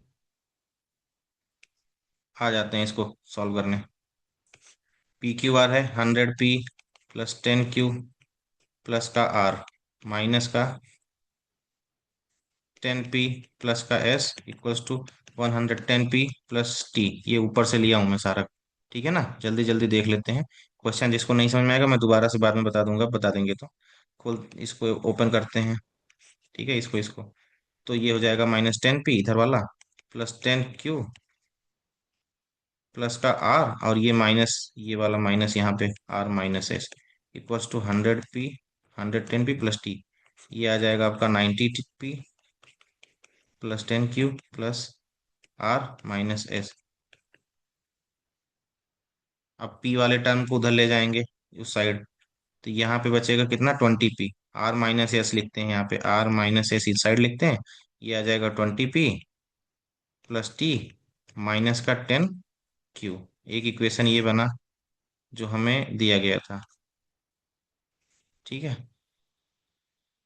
अब यहाँ पे कह रहा है कि अगर q की वैल्यू 3 है और t <6 है। चलिए यहाँ पे लिखते हैं q की वैल्यू 3 लिख ही लेते हैं सबसे पहले। इक्वेशन क्या बन के आएगी, फोर्थ इक्वेशन रीड। तो R-s इक्वल्स टू 20p+t और माइनस का 30, 10 × 3। ये आपकी इक्वेशन यही। ठीक है। इन्होंने कहा t <6 है। t की संभावित वैल्यू क्या हो सकती है, मतलब t बिलोंग्स टू,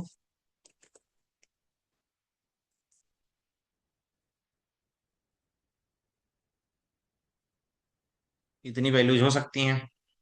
अब भिन्न संख्याएं हैं, सबकी वैल्यूज अलग अलग होंगी। q की वैल्यू 3 है तो यहाँ से 3 हट जाएगा। ठीक है, 1 2 4 5 चार ही वैल्यूज हो सकती हैं इसकी। अब सबसे पहले आते हैं t = 1 के लिए। केस वन, सॉरी, R-s पे हम बात कर लेते हैं। मिनिमम और मैक्सिमम वैल्यू क्या होगी।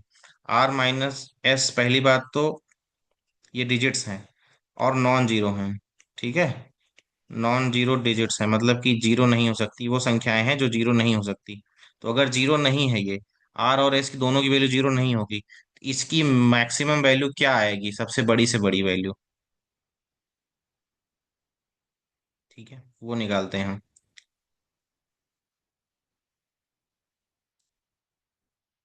क्योंकि यूनिट डिजिट, यहाँ पे हम लोग डिजिट्स में ही बात कर रहे हैं। तो 10 के ऊपर जा नहीं सकती क्योंकि हमने ब्रेक कर लिया है सब। ठीक है ना। तो जब ब्रेक कर लिया है तो R-x, वो सिंगल डिजिट में रहेंगी, तो R-s की जो मैक्सिमम वैल्यू आएगी, 0 से 9 के बीच में होने पर, 0 से 9 के बीच में होने पर इसकी जो मैक्सिमम वैल्यू आ सकती है, वो आ सकती है R-, क्योंकि माइनस किया जा रहा है तो 9 - 1 आ सकती है जो कि 8 होगी। और उल्टा करने पर इसकी मिनिमम वैल्यू -8 होगी। ठीक है, इससे ज्यादा नहीं हो सकती। तो ये 8 मैक्सिमम वैल्यू होने के लिए, R-s 8 होने के लिए, मैं ये लिख देता हूँ उसकी मैक्सिमम वैल्यू 20p+t - 30। ये मैक्सिमम वैल्यू 8 ले सकती है। ठीक है। इस केस में इसकी मैक्सिमम वैल्यू क्या होगी, ये निकालते हैं। अब मैक्सिमम वैल्यू निकालने के लिए R-s की t की वैल्यू मैक्सिमम लेते हैं, क्योंकि ऐड हो रहा है t। ठीक है, 20p+t और -30। तो जितना ज्यादा ऐड करेंगे उतनी बड़ी वैल्यू आएगी 30 माइनस करने के बाद। तो 5 लेते हैं टी की वैल्यू, मैक्सिमम वैल्यू की बात कर रहे हैं। तो ये 5 लेंगे तो ये -25 हो जाएगा। 20p - 25 = 8। और यहाँ से हमारा जाएगा 20p = 25 8 33। तो p की जो यूनिट डिजिट वैल्यू आएगी, वो 33/20 में 1 पॉइंट समथिंग, यानी कि इसकी हम डिजिट वैल्यू लेंगे तो ये 1 ही आएगी। ठीक है, डिजिट वैल्यू p की। और सिंस हम लोग डिजिट की बात कर रहे हैं तो निगेटिव में जाएगी नहीं। तो मैक्सिमम वैल्यू अगर वन आ रही है और नॉन जीरो है तो इसकी ओनली वैल्यू मतलब सिर्फ और सिर्फ इसकी पी की वैल्यू वन ही हो सकती है। तो हमें दो चीज मिल गई। सबसे पहले कि पी की वैल्यू वन है, क्यू की वैल्यू थ्री है, और टी की वैल्यू, मैंने क्या कहा था कि वन टू फोर फाइव हो सकती है, तो पहली चीज तो वन तो हट गई, टी की वैल्यू, क्योंकि यहां से मैक्सिमम पॉसिबल वैल्यू से मैंने निकाल लिया और ओनली वैल्यू आ गई कि पी की सिर्फ और सिर्फ एक वैल्यू वन हो सकती है। तो यहां से तो टी की वैल्यू वन हट गई, बची क्या, टू, फोर और फाइव। ठीक है। अब इसके बाद हम पॉसिबल कॉम्बिनेशन निकालते हैं तीन। केस वन, टी की value two. Case one, T equals to two. ठीक है। हमारा इक्वेशन क्या है, R minus S equal to 20p plus T minus 30। अब टी इक्वल टू टू, तो यहाँ पे मैं बाकी दोनों वैल्यूज भी लिख ले रहा हूँ। पी की वैल्यू वन है, क्यू की वैल्यू थ्री है। अब हमारे पास आर और एस का निकालना है, तो R minus S equal to क्या निकल के आया था ये, 20p प्लस टी माइनस 30। इसको वो करता हूँ, 20p प्लस टी माइनस 30, यही था। रख लेते हैं सारी वैल्यूज। पी की वैल्यू वन है तो 20 हो जाएगा, टी की वैल्यू टू है, टू माइनस 30 क्या आ गया, 22 माइनस 30 माइनस का 8, आर माइनस एस की वैल्यू। ठीक है।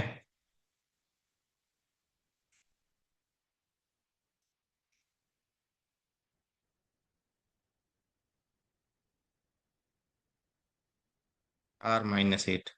अब यहां से क्या हो सकती है, आर माइनस एट होने के लिए आर की वैल्यू वन और एस की वैल्यू नाइन, तभी ये माइनस एट होगी। ठीक है। क्या ये वन हो सकती है, क्योंकि पी की वैल्यू ऑलरेडी वन है, नहीं हो सकती। उसके अलावा कोई कॉम्बिनेशन जिससे इसकी वैल्यू माइनस एट हो सकती हो, पॉसिबल नहीं है, ये वाला कैंसिल। अब आते हैं केस टू पे। टी की वैल्यू कौन सी लेते हैं,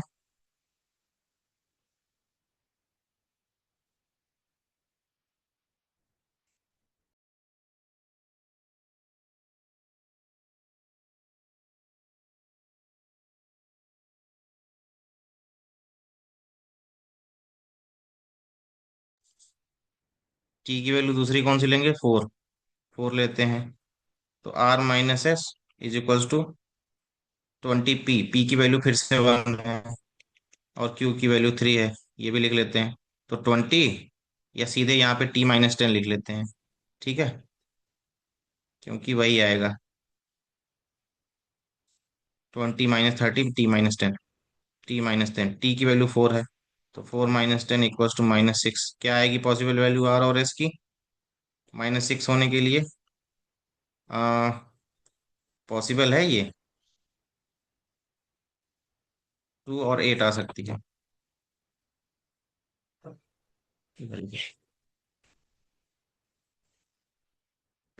टू और एट आ सकती है, जो कि पॉसिबल है। ठीक है। तो यहाँ से एक कॉम्बिनेशन मिल गया P Q R S T का, फोर थ्री, टू और एट। ठीक है।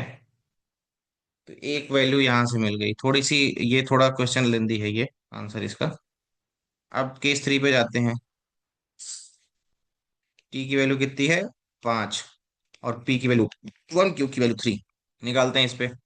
R minus S equals to T minus ten, ये इक्वेशन था। तो टी की वैल्यू फाइव माइनस टेन, ये आ गया माइनस का फाइव। कितनी वैल्यू हो सकती है आर और एस की, दो, सात, आर की वैल्यू, आर और एस। ठीक है। माइनस फाइव आ जाएगा, और आ,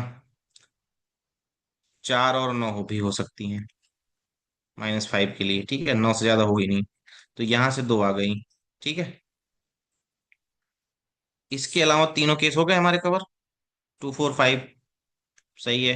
टोटल कितने कॉम्बिनेशन मिल गए, एक यहाँ से, दो यहाँ से, two, one plus two, total three combination. तो तीन ऐसे संभव मान हैं।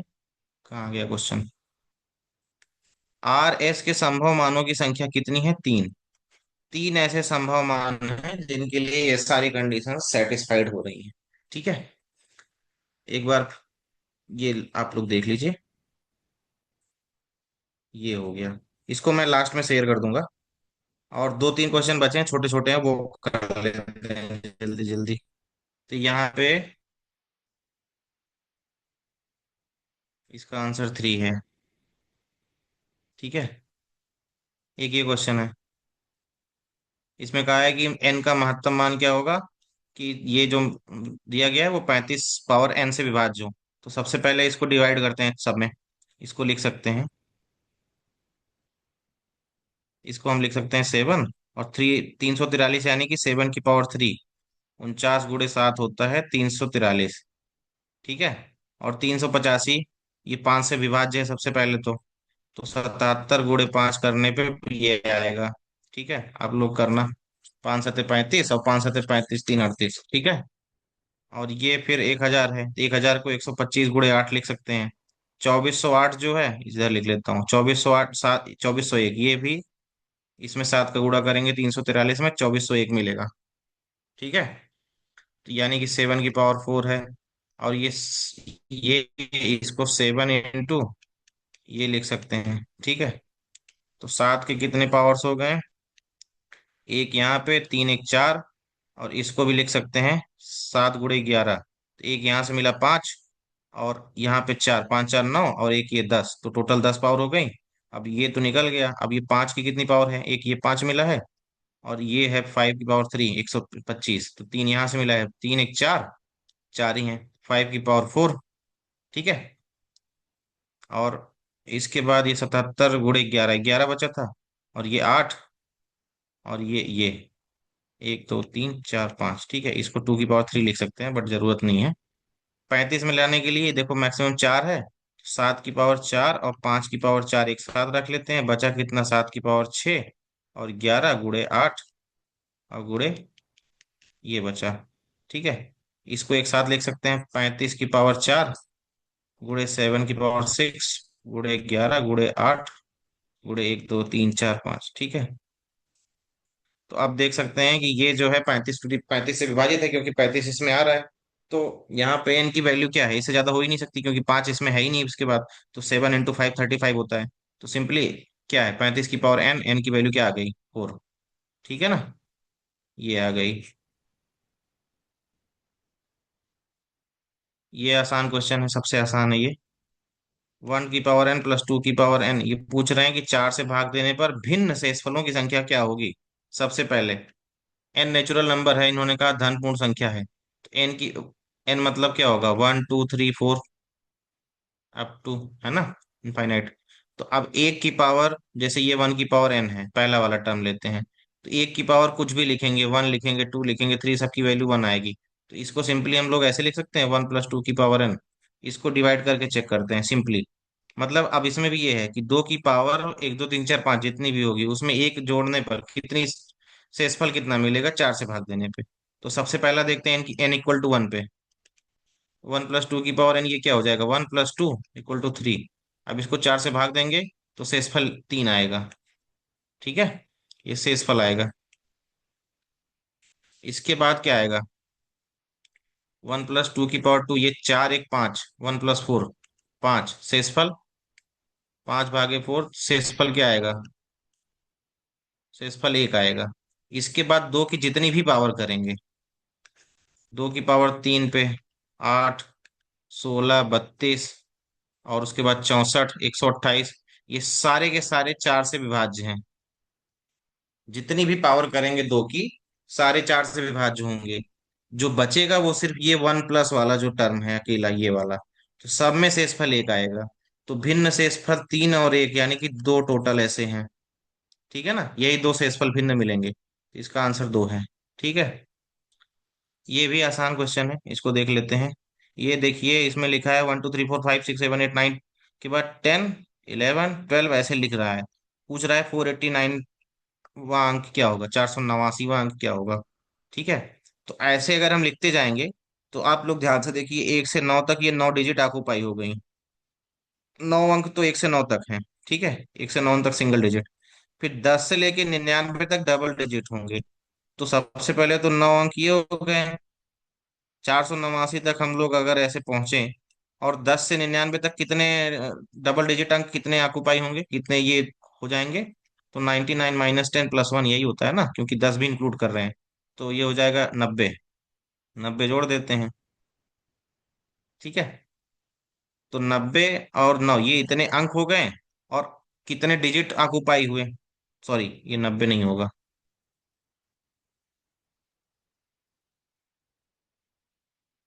180 होगा।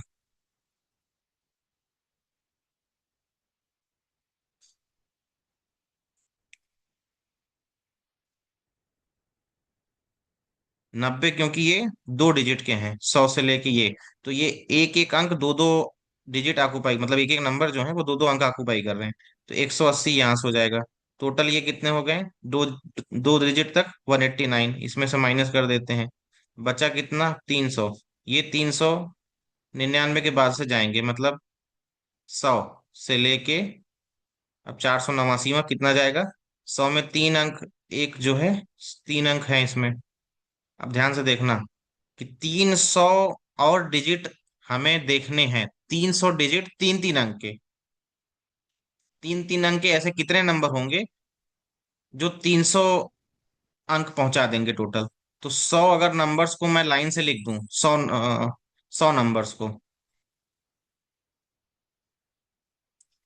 तीन तीन अंक के 100 नंबर्स को ऐसे मैं 100, 101, 102 ऐसे लिखता जाऊं, तो एक में तीन, दो में टोटल 6 हो गए, तीन में टोटल 9 हो गए। ऐसे कितने होंगे जो 300 तक पहुंच जाएंगे? सिंपली 100 अंक ऐसे होंगे, 100 से लेके 199 तक। ये टोटल 100 अंक ऐसे होंगे जो 300 अंक ऑक्युपाई कर लेंगे, ठीक है ना? तो मैं ऐसे लिख दे रहा हूँ 199 तक। ये समझ में आ रहा है ना कि 9 अंक तक, 1 से 9 तक, फिर 10 से 99 तक 180 डिजिट हो गए। उसके बाद जो 300 डिजिट बचे हैं वो 100 होंगे। 100 से लेके 199 तक के तीन डिजिट अंक होंगे। तो आखिरी अंक यहाँ पे 9 मिल रहा है, ठीक है ना? इसको जो नहीं समझ में आएगा वो बताइएगा बाद में। सिंगल डिजिट, दो डिजिट और तीन डिजिट के लाइन से लिखे गए हैं सारे। उसमें से 489वां अंक प्राप्त करने के लिए 9 अंक सिंगल डिजिट के, 90 अंक दो दो डिजिट के, तो 180 हो गए।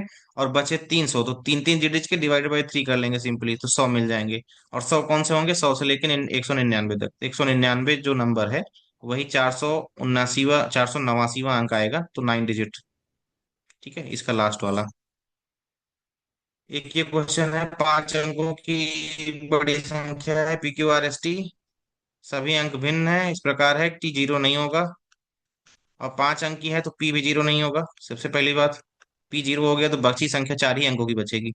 और इसमें कह रहा है कि एस इक्वल्स टू क्यू से 4 बड़ा है, और क्यू जो है आर से 3 बड़ा है, ठीक है, और भिन्न है। और एक चीज और है, पी टी तक टी का 3 गुना है।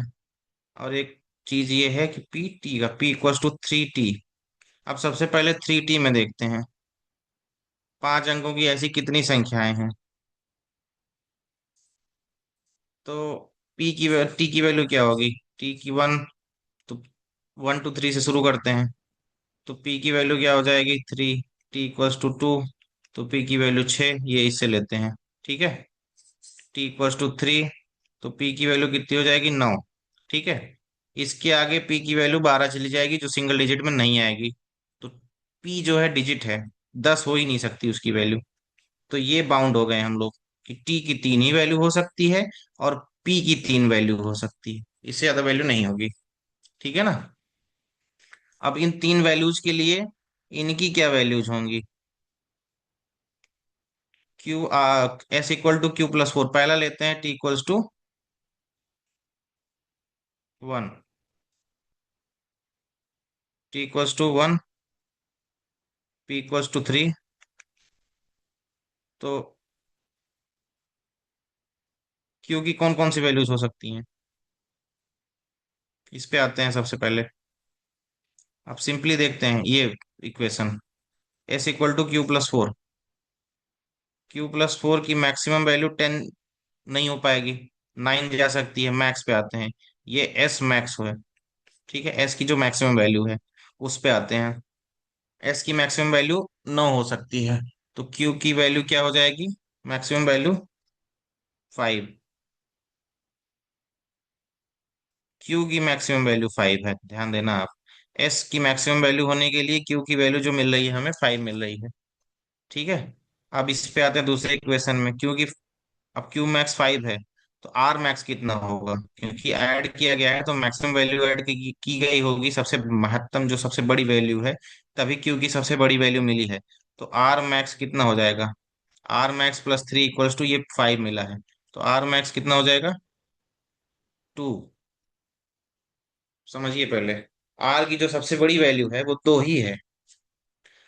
ठीक है, इस केस में सबसे पहले के केस में देखते हैं, टी इक्वल्स टू 3, तो आर मैक्सिमम वैल्यू 2 है, तो न्यूनतम वैल्यू 1 होगी नहीं होने की। ठीक है, जीरो हो सकती है, जीरो हो सकती है, जीरो लेते हैं सबसे पहले, R equals to zero, T equals to 1, P equals to 3। R zero है तो क्यू कितनी आ गई, क्यू की वैल्यू आ गई 3, R+3 से, क्योंकि R+3 है क्यू की वैल्यू। एस कितना आ गया, एस की वैल्यू 3+5, 3+4, 7। ठीक है, तो ये कॉम्बिनेशन मिल गया 1, टी की वैल्यू 1, पी की वैल्यू 3, आर की वैल्यू 0, क्योंकि आर जीरो हो सकता है ना, टी जीरो नहीं है, पी जीरो नहीं है। और एस की वैल्यू हो गई 7 और क्यू की वैल्यू हो गई 3। एक ये मिल गया। आगे आते हैं, आर की वैल्यू 2, इसी पे T equals to 1, P equals to 3, R की वैल्यू 2 पे आते हैं। ठीक है, आर की वैल्यू 2 पे हमने निकाल लिया है, यहाँ पे सॉरी ये निकाल लिया है। आर की वैल्यू 2 है, क्यू की वैल्यू 5 है, टी की वैल्यू 1 है, पी की वैल्यू 3 है, एस की वैल्यू 9 है। ठीक है, एक ये आ गया, दो वैल्यूज यहाँ पे आ गई, इसको हम चेंज करते हैं यहाँ पे, T equals to 2, P equals to 6, इसको कर लेते हैं। अब क्या आएगी आर की वैल्यू यहाँ पे, आर की वैल्यू तो वैसे भी जनरल टर्म में हमने देखा है कि मैक्स 2 हो सकती है, तो सबसे पहले जीरो लेते हैं आर की वैल्यू, तो क्यू की वैल्यू हो गई R+3 बराबर 3, है ना। अच्छा ये तो पॉसिबल नहीं है, एक सेकंड, ये मैंने देखा नहीं है भाई, सॉरी। ये पॉसिबल नहीं है, पी की वैल्यू भी 3 है, क्यू की वैल्यू भी 3 है, ये दोनों, तो ये पॉसिबल नहीं है, ये डिफरेंट वैल्यूज होनी चाहिए, तो जीरो नहीं हो सकता यहाँ पे। यहाँ पे आर की वैल्यू 0, क्यू की वैल्यू 3, और P Q R S, S की वैल्यू हो जाएगी 3+3, ये 6 नहीं हो सकती, क्योंकि ये P6 है। आगे बढ़ते हैं, आर की वैल्यू 2, यहीं पे आर इक्वल्स टू 2 पे नहीं हो सकता, क्योंकि टी की वैल्यू 2 है। ठीक है ना।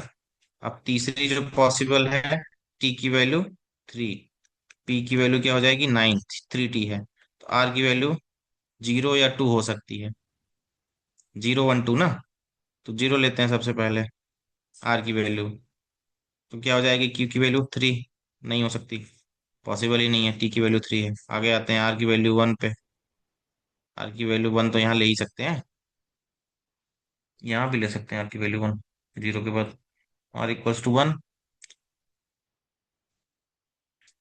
तो क्यू की वैल्यू क्या हो जाएगी, 3+1, 4, और एस की वैल्यू क्या हो जाएगी, एस इक्वल टू कितना है, एक सेकंड, Q+4 है, सॉरी यहाँ पे, ये यहाँ पे 4 है, एक सेकंड, सॉरी सॉरी, थोड़ा सा मिस्टेक है, जीरो पे, आराम से,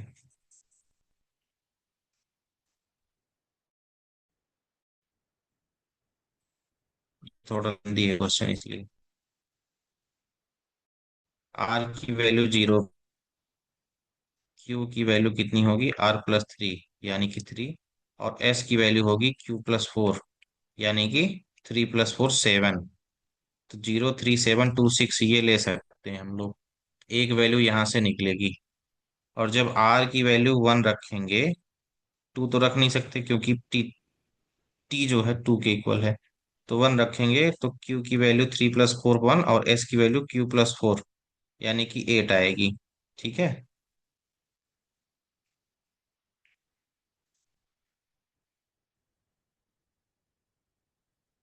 अच्छा ये एक चीज और है, ये देखिए, एस मैक्सिमम के लिए क्यू मैक्सिमम कितना होगा, 5 होगा। तो इसको भी ध्यान में रखेंगे। अभी तक तो सही चल रहा है। यहाँ पे देखिए, 1 4 8 और ऊपर 2 और 6 है।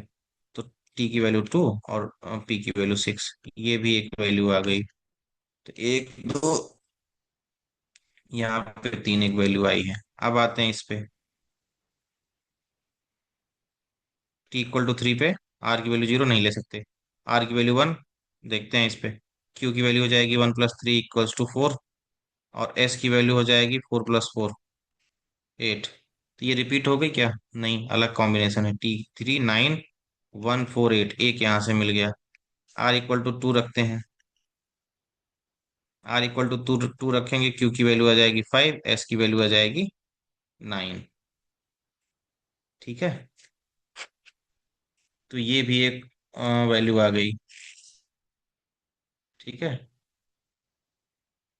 एक कॉम्बिनेशन ये भी आ गया। तो 4 ये मिल गए, एक ये 5 कॉम्बिनेशन टोटल। ठीक है, तो 5 अंकों की ऐसी कितनी संख्याएं मिल रही हैं हमें? 5 मिल रही हैं। कहीं कोई दिक्कत, जो कंडीशन गड़बड़ हो रही हो? सेम कॉम्बिनेशन तो नहीं मिल रहा है रिपीट होके, अलग अलग है। टी की वैल्यू 1 पे एक मिल रहा है, और टी की वैल्यू 1 पी के 3 पे, क्यू की वैल्यू 3 अलग है। सही है।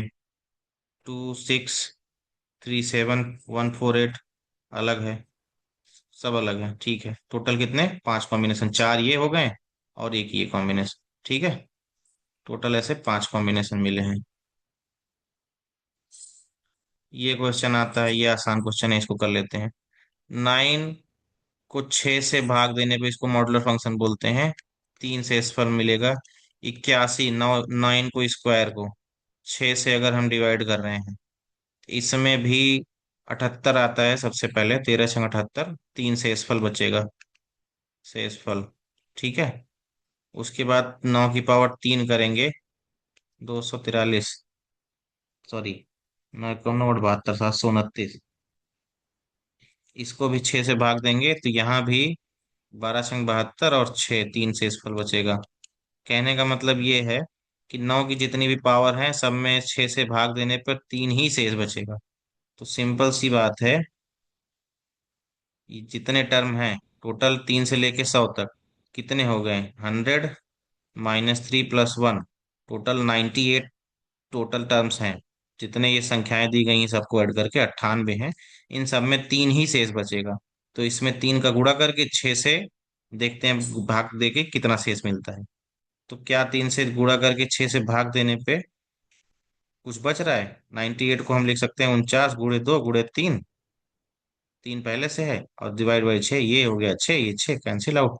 तो ये पूरी तरह विभाज्य है, जीरो शेष बच रहा है। ठीक है, ये आपका जीरो आ गया, शेष जीरो। अभी 2025 तक के क्वेश्चन हो गए हैं, और 2024 के क्वेश्चन और उसके बाद पहले वाले क्वेश्चन, उनका सॉल्व पीडीएफ मैं शेयर कर दूंगा ग्रुप पे। ठीक है ना? आज की क्लास बस इतनी लगते हैं, बहुत लंबी हो गई, क्योंकि क्वेश्चन कंप्लीट करना था। नंबर सिस्टम आज यहाँ खत्म होता है, और नेक्स्ट चैप्टर हम लोग अगले क्लास में डिस्कस करेंगे। रेशनल नंबर्स ऑर्डरिंग हो गई है, इसमें देख लूंगा, अगर कुछ बचता है तो वो मैं करा दूंगा। उसके अलावा एलसीएम, एचसीएफ या सेट थ्योरी, इनमें से जो नेक्स्ट आएगा, डिविजिबिलिटी रूल हम लोग कवर कर चुके हैं। बाकी अगले क्लास पे डिस्कस करते हैं। ठीक है ना?